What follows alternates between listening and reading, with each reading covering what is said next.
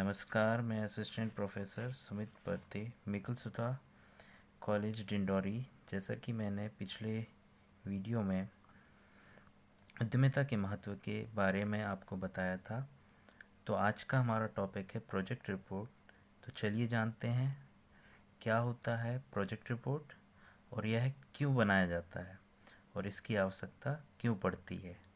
यह बहुत important topic है, एग्ज़ाम में भी आता है।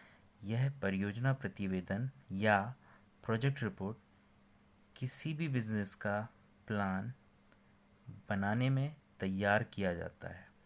मतलब यह बिजनेस के फुल इमेज का एक विवरण या डिटेल हम कह सकते हैं। यह रिपोर्ट को तैयार करते टाइम जो भी योजना या गतिविधि की संभावना बन सकती है उसका भी अंदाज़ा हमें इससे पता लगाया जा सकता है। लगभग हर छोटे बड़े बिजनेस करने वाले उद्यमी को इसकी इम्पोर्टेंट नीड होती है। एक प्रोजेक्ट रिपोर्ट को हम किसी इन्वेस्टमेंट से संबंधित एक इम्पोर्टेंट पेपर भी कह सकते हैं, जो प्लान बनाने के अनुरूप सभी डेटा को जोड़कर प्रोजेक्ट का मूल्यांकन बताता है। इस परियोजना रिपोर्ट में आर्थिक, तकनीकी, वित्तीय, प्रबंधकीय और उत्पादन जैसी सभी जानकारियाँ होती हैं। प्रोजेक्ट रिपोर्ट उद्यमी को बिजनेस से जुड़े सारे इनपुट जानने में मदद करता है, जैसे उसे बैंक या वित्तीय संस्थान से लोन लेने में भी मदद करता है। जो एक प्रोजेक्ट रिपोर्ट बिजनेस से जुड़ी सभी बातें जैसे ज़मीन, भवन की जानकारी, प्लांट की प्रतिवर्ष निर्माण क्षमता, विनिर्माण प्रक्रिया, मशीन एवं उपकरणों की लिस्ट, इनके प्राइस के साथ कच्चे माल की आवश्यकता, मार्केटिंग लागत, स्टाफ, मैन पावर, बिजली, पानी इत्यादि सभी प्रकार के खर्च शामिल होते हैं। तो चलिए आगे हम जानेंगे प्रोजेक्ट रिपोर्ट परियोजना प्रतिवेदन के घटक या फैक्टर्स। ये मूलतः 1, 2, 3, 4, 5, 6 और 7 प्रकार के हैं। तो सबसे पहला है इसमें कि इसकी प्रोजेक्ट नेचर एंड पर्पस, इसकी कैसी प्रकृति और इसे क्यों बनाया जाता है, किस आधार पर यह प्रोजेक्ट तैयार किया जा रहा है और इसको बनाने का उद्देश्य क्या है और इससे हमें आने वाले समय में क्या क्या लाभ अर्जित हो सकता है। तो इसे हम कह सकते हैं कि एक प्रपोज़ल तैयार करना, ताकि आने वाले समय में जो भी हम उद्योग स्थापित कर रहे हैं उससे हमें क्या लाभ अर्जित हो सकता है, क्या प्रॉफिट अर्न हो सकता है, कितना स्टेबल है, मार्केट में कितना आगे तक जाएगा, इन सारी चीज़ों को देखना है। प्लस इसका नेचर कैसा है, हमारे जो स्थान जहाँ पे हैं हम उसके अकॉर्डिंग जम रहा है या सुटेबल है या नहीं, उस चीज़ को ध्यान में रखते हुए इस रिपोर्ट को तैयार करना ज़रूरी है। ठीक है। सेकंड पॉइंट है cost and means. It means लागत और साधन। लागत और साधन किसी प्रोजेक्ट रिपोर्ट को तैयार करने पर कितनी लागत की आवश्यकता होगी, है ना, और उस परियोजना को कितना साधन लगेगा, इसका भी लेखा दर्शाया जाना इस रिपोर्ट में बहुत आवश्यक है। एक प्रोजेक्ट रिपोर्ट में ताकि कितना लागत लग रहा है, कितना साधन लगेगा, उसका आकलन किया जा सकता है।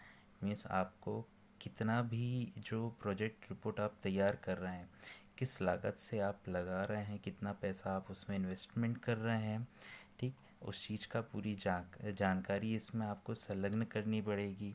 ठीक है, किन रिसोर्सेज को ले रहे हैं, किस प्लांट को ले रहे हैं, किस मशीनरीज़ को ले रहे हैं, कितना उसका क्राइटेरिया है, कितना वो इस कवर करेगी, कितना मेज़र करेगा, कितना OHP पावर है, ये सारी रिसोर्सेज की संपूर्ण जानकारी आपको इसमें दर्शानी होगी। ठीक है। तीसरा है प्रोडक्शन फैक्टर्स। उत्पादन कारक। इस रिपोर्ट को तैयार करते वक्त इस बात का भी ध्यान रखा जाता है कि उस व्यवसाय या कार्य के लिए उपयुक्त उत्पादन करने के लिए किन मानकों को रखा जाना चाहिए और कितनी आवश्यकता हो सकती है। मतलब कि एक प्रोडक्शन यूनिट कैसा होगा, छोटा या बड़ा होगा, उसका दायरा कितना होगा, अर्थात वह स्थान विशेष तक या फिर अन्य स्थान पर भी उसका उत्पादन शाखा हो सकती है।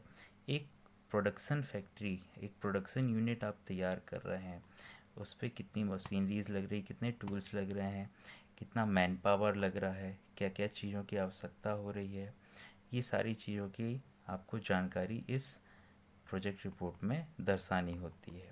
ठीक है, अगला है फिनेंशियल फैक्टर्स। फिनेंशियल फैक्टर्स इस रिपोर्ट को तैयार करते वक्त इस बात पर भी गौर करना अत्यंत आवश्यक है कि इसकी वित्तीय प्रणाली कैसी होगी, अर्थात फिनेंस।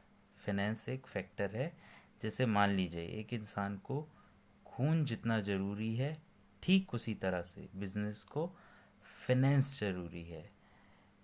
कैसे और कहाँ से इसकी फंडिंग होगी, उसे कैसे इकट्ठा करेगा, पूंजी कहाँ से लाएगा, कौन सी एसेट्स लगाएगा, बजट कैसे बिल्डअप करेगा, इन सब की भी जानकारी उसे यहाँ पे दर्शाना है। अगला है प्रोजेक्ट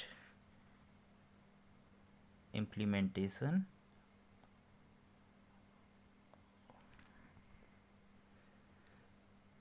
तो अगला है प्रोजेक्ट इम्प्लीमेंटेशन ऑन शेड्यूल, परियोजना का क्रियान्वयन निर्धारित अनुसूची पर। इसका अर्थ है कि इस रिपोर्ट को तैयार करते वक्त इम्प्लीमेंटेशन मतलब कि क्रियान्वयन, जो प्रोसेस यूनिट होगी उसमें कितना समय निर्धारित होगा, अर्थात आगामी वर्ष को देखते हुए कच्चे माल से उसे संपूर्ण माल में परिवर्तित होने तक का जितना भी समय लगेगा उसका अंदाज़ा उसे दर्शाना चाहिए इस रिपोर्ट पर। और जो भी विकसित कर रहा है वो, है ना, उसका निर्धारित एक शेड्यूल बनाएगा, उसी आधार पर नियमित वह कार्य होता चला जाए, इसकी भी रूपरेखा वो निर्धारित करे और इस रिपोर्ट में वह दर्शाएगा। अगला पॉइंट है पुनः भुगतान कार्यक्रम, रीपेमेंट शेड्यूल। इस रिपोर्ट के आधार पर यह भी सुनिश्चित हो जाएगा कि जो लोन बैंक या वित्तीय संस्थानों से लिया है उस कर्ज का पुनर्भुगतान एक निर्धारित समय सीमा में किया जा सके। उसका विवरण या डिटेल भी इसे इस रिपोर्ट में दर्शाना जरूरी है। ठीक है, अब अगला है सामान्य रिपोर्ट। यह एक सामान्य विधि है किसी भी बिजनेस के लिए रिपोर्ट तैयार करने की, जिसमें 4 अलग फैक्टर्स काम आते हैं जो जनरल रिपोर्ट तैयार करने के लिए इन्फ्लुएंस करते हैं। जिसमें सबसे पहला है प्रमोटर्स। किसी प्रोडक्ट को या वस्तु को एडवर्टीज करके या फिर घर घर या किसी माध्यम से प्रचार कर बढ़ावा मिल जाए तो ऐसे ही प्रोडक्ट के प्रोडक्शन के लिए, है ना, यह प्रोजेक्ट रिपोर्ट तैयार की जा सकती है। फिर दूसरा है इंडस्ट्री या उद्योग। कोई विशेष स्थान पर किसी चीज़ की अधिक उपलब्धता है, रॉ मटेरियल कच्चे माल की, है ना, तो उसकी उपलब्धता को देखते हुए वहाँ पर उद्योग स्थापित करना है तो उसके लिए भी एक जनरल रिपोर्ट तैयार की जा सकती है। जनरल रिपोर्ट जिसके लिए प्रोजेक्ट तैयार किया जा सकता है किसी भी स्थान विशेष पर किसी फर्म या उद्योग को स्थापित करते हुए। ठीक। तीसरा है ट्रेंड। ट्रेंड इसका अर्थ ये है कि चलन, प्रवृत्ति या फिर आने वाला कोई भी दौर है या किसी चीज़ का काफ़ी अच्छी मार्केट में उसका दौर चल पड़ा हो तो उस चीज़ को देखते हुए यह तीसरा जनरल रिपोर्ट भी तैयार किया जाता है। किसी वस्तु विशेष का चलन मार्केट में अधिक चल रहा है तो उसका निर्माण करने के लिए, है ना, एक फर्म डिज़ाइन करना या इस्टेब्लिश करना, तो उसके लिए भी एक रिपोर्ट तैयार की जा सकती है। चौथा है डिमांड। डिमांड मांग। ठीक है, अब मान लीजिए मार्केट में किसी वस्तु की डिमांड अधिक बढ़ गई है, अत्यधिक बढ़ गई है, बढ़ती जा रही है। ठीक है, उस चीज़ को पूर्ण करने के लिए किसी वस्तु की अत्यधिक मांग अचानक से बढ़ गई, इस अवसर को भुनाते हुए और उसके निर्माण के लिए जो भी फर्म स्थापित किया जाएगा, है ना, तो उसके लिए भी एक प्रोजेक्ट तैयार करना, तो यह भी एक प्रोजेक्ट सामान्यतः तैयार किया जा सकता है। आई होप आपको परियोजना प्रतिवेदन प्रोजेक्ट रिपोर्ट के सभी पॉइंट समझ में आ गए होंगे, और किसी भी टॉपिक पे अगर किसी भी पॉइंट पे अगर डाउट है आपको, तो आप मुझे कमेंट बॉक्स पे टेक्स्ट करके पूछ सकते हैं। तो आज के लिए इतना ही। अब अगले वीडियो में मिलेंगे एक नए टॉपिक के साथ।